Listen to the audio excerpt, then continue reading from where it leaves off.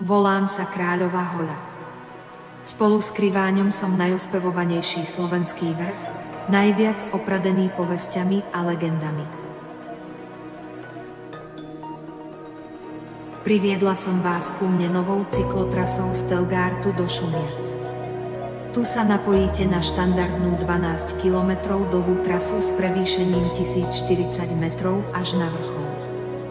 Nadol od Ráz Cestia Havranie pôjdete druhou cyklotrasou, ktorou sa dostanete priamo do Telgártu.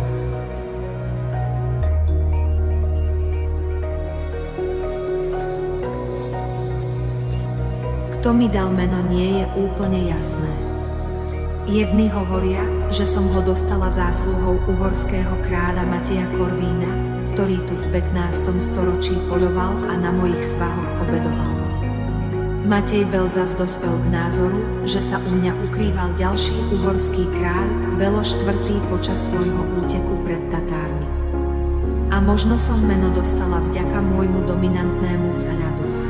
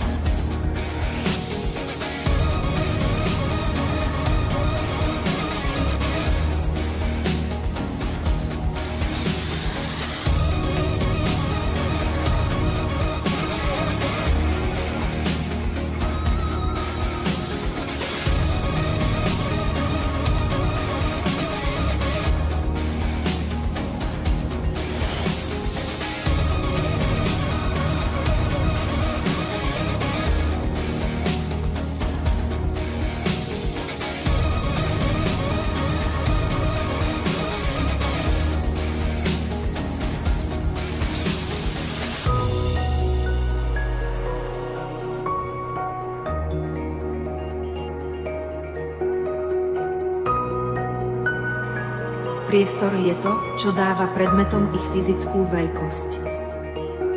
Málo kedy sa dá opísať slovami.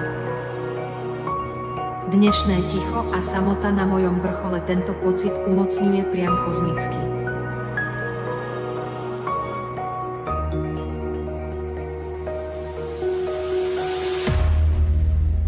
Na mojom vrchole vo výške 1946 metrov je umiestnený betónový obelisk a od roku 1960 aj televízny vysielač. Stretáva sa tu 6 turistických chodníkov.